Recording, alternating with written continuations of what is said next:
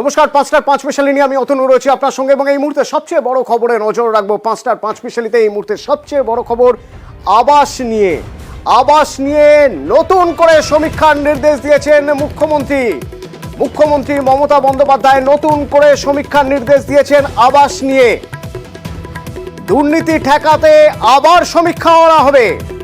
আবাস যোজনায় টাকা দেবে রাজ্য সরকারই এবং তালিকা তৈরি হলেও এর সমীক্ষার নির্দেশ। আরো জানবো নবান্ন থেকে আমার প্রতিনিধি সোমরাজ আমার সঙ্গে সরাসরি রয়েছেন। সোমরাজ, কি খবর রয়েছে?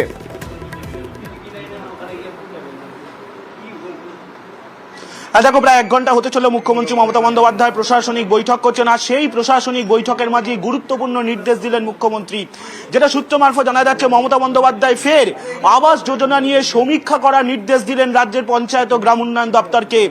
এই মুহূর্তে প্রায় 1 ঘন্টা হতে চললো নবান্ন সভাঘরে প্রশাসনিক বৈঠক চলছে। আর সেই প্রশাসনিক বৈঠকেই মুখ্যমন্ত্রী মমতা বন্দ্যোপাধ্যায় যেটা নির্দেশ দিয়েছেন, যেটা সূত্র মারফত জানা যাচ্ছে যে আবাস যোজনা নিয়ে আবার সমীক্ষা করতে হবে। কেন এই সমীক্ষার নির্দেশ? প্রশাসনিক মহল মনে করছে এই আবাস যোজনার অধীনে বাড়ি প্রাপকদের তালিকা নিয়ে বারবার দুর্নীতির অভিযোগ উঠেছে। বিরোধীরা লাগাতার দুর্নীতির অভিযোগ তুলেছেন এই আবাস যোজনার অধীনে বাড়ি দেওয়া নিয়ে। তুমি হয়তো জানো, বারবারই মমতা বন্দ্যোপাধ্যায় ঘোষণা করেছেন যে ডিসেম্বর মাসে আবাস যোজনার অধীনে যারা বাড়ি প্রাপক যারা পাবেন তাদেরকে প্রথম কিস্তির টাকা দেবে রাজ্য সরকার।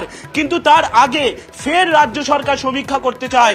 আর বৈঠক চলাকালীনই মুখ্যমন্ত্রী মমতা বন্দ্যোপাধ্যায় নির্দেশ দিয়েছেন, যেটা নবান্ন সূত্রে আমরা জানতে পারছি, যে এই আবাস যোজনা নিয়ে ফের সমীক্ষা শুরু করতে হবে এবং সেই সমীক্ষা দ্রুত শুরু করতে হবে। মুখ্যমন্ত্রী মমতা বন্দ্যোপাধ্যায় এমনটাই নির্দেশ দিয়েছেন রাজ্যের পঞ্চায়েত সচিব পি উলগানাথনকে বলি আমরা সূত্র মারফত জানতে পারছি।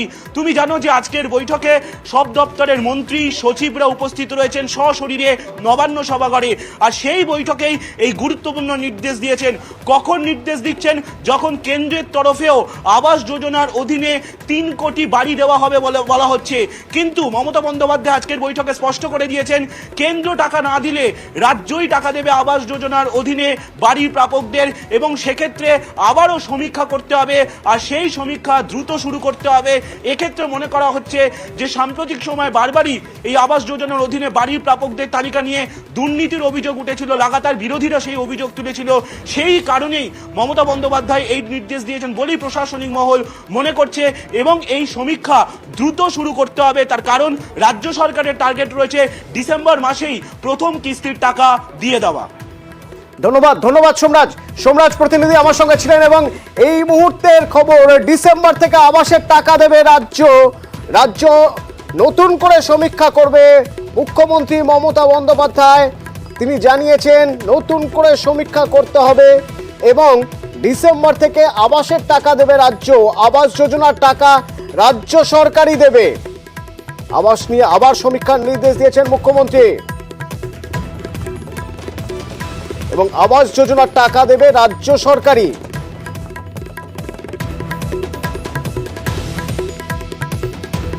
এবং অত্যন্ত তাৎপর্যপূর্ণ এই সময়টা অত্যন্ত তাৎপর্যপূর্ণ। কখন এই নির্দেশ দিচ্ছেন মমতা বন্দ্যোপাধ্যায়, কখন মমতা বন্দ্যোপাধ্যায় এই ঘোষণা করছেন যে ডিসেম্বর থেকে টাকা দেওয়া হবে এবং আবাসের টাকা দেবে রাজ্য, যখন কেন্দ্র এবং কেন্দ্রের নতুন মন্ত্রিসভার প্রথম বৈঠকেই সিদ্ধান্ত নেওয়া হয়েছে যে কর বাবদ যে টাকা সেই টাকাগুলো রাজ্যকে দেওয়া হবে এবং সেই হিসেব অনুযায়ী এই রাজ্যও টাকা পাবে প্রায় 10,500 কোটি টাকা। তাহলে বঞ্চনার দিন কি এবার শেষ হলো? যে বঞ্চনা প্রসঙ্গ বারবার এসেছে, পুরসভা, পঞ্চায়েত এবং লোকসভা ভোটে বারবার তৃণমূল যে বঞ্চনা ইস্যুকে হাতিয়ার করেছে, সেই বঞ্চনার দিন কি এবার শেষ হলো? প্রশ্ন তো উঠবেই। বরাদ্দ বন্ধের ফল পেয়েছে বিজেপি, বলছেন তৃণমূল নেতা শান্তনু সেন। প্রত্যক্ষ এবং পরোক্ষ কর বাবদ 4,60,000 কোটি টাকা বাংলা থেকে তুলে নিয়ে গিয়ে রাজনৈতিক প্রতিহিংসা পরায়ণতার কারণে বছরের পর বছরের টাকা আটকে রাখা, এর যোগ্য জবাব বাংলা বিরোধীদের বাংলার মানুষ দিয়েছে। তাদের হয়তো বিলম্বিত বোধোদয় হয়েছে, কিন্তু বাংলার যে পরিমাণ টাকা পাওনা আছে আর তার কম্প্যারিজনে যে পরিমাণ টাকা বরাদ্দ করা হয়েছে, এটা পর্বতে মুশিক প্রসব ছাড়া কিছু নয়। যদি বাস্তব থেকে তারা শিক্ষা নেয়, তাহলে অবিলম্বে বাংলা বঞ্চনা থেকে সরে এসে বাংলার যে ন্যায্য পাওনা তার সম্পূর্ণটা তাদের ক্লিয়ার করা উচিত। তবে সুকান্ত মজুমদার কিন্তু তা মানতে রাজি নন। তার দাবি ভোটের ফলের সঙ্গে টাকা বরাদ্দের কোনো সম্পর্ক নেই।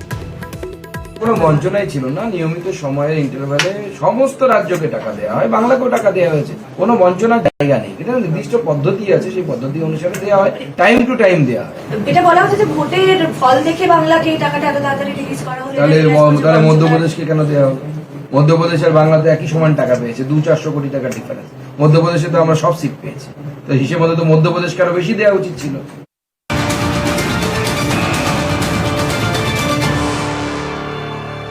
নবান্ন থেকে আজ আরো একটা বড় খবর। মে নয়, এপ্রিল থেকেই বর্ধিত ডিএ পাবেন রাজ্য সরকারি কর্মচারীরা। এই খবরের ডিটেল নেব, আমার সঙ্গে সোমরাজ রয়েছেন নবান্ন থেকে প্রতিনিধি সরাসরি। সোমরাজ,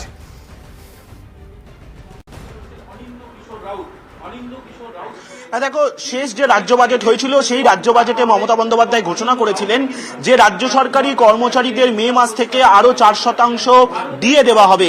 কিন্তু আজকে রাজ্যের অর্থ দপ্তরের তরফে নির্দেশিকা জারি করে জানিয়ে দেওয়া হলো যে মে মাস নয়, এপ্রিল মাসের 1 তারিখ থেকেই কার্যকরী হবে এই বর্ধিত ডিএ, অর্থাৎ 4% ডিএ।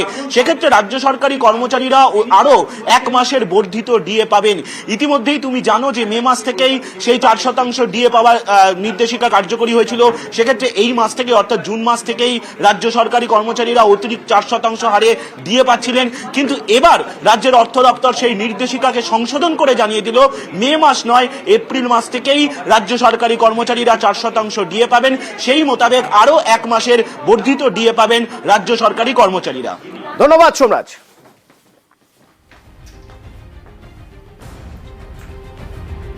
ভোটের পরে আবার ভোট এবং উপনির্বাচন হবে 4টি বিধানসভায়, তার মধ্যে একটি মানিকতলা। তো মানিকতলায় প্রার্থী কে হবেন?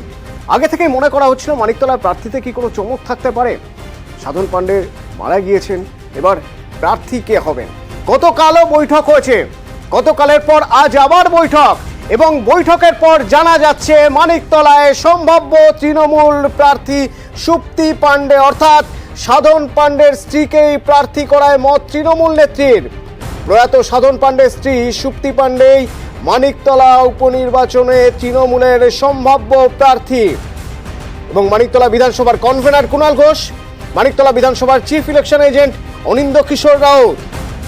10ই জুলাই মানিকতলা বিধানসভায় উপনির্বাচন, এবং এই উপনির্বাচনে তৃণমূলের সম্ভাব্য প্রার্থী প্রয়াত সাধন পাণ্ডের স্ত্রী সুপ্তি পাণ্ডে।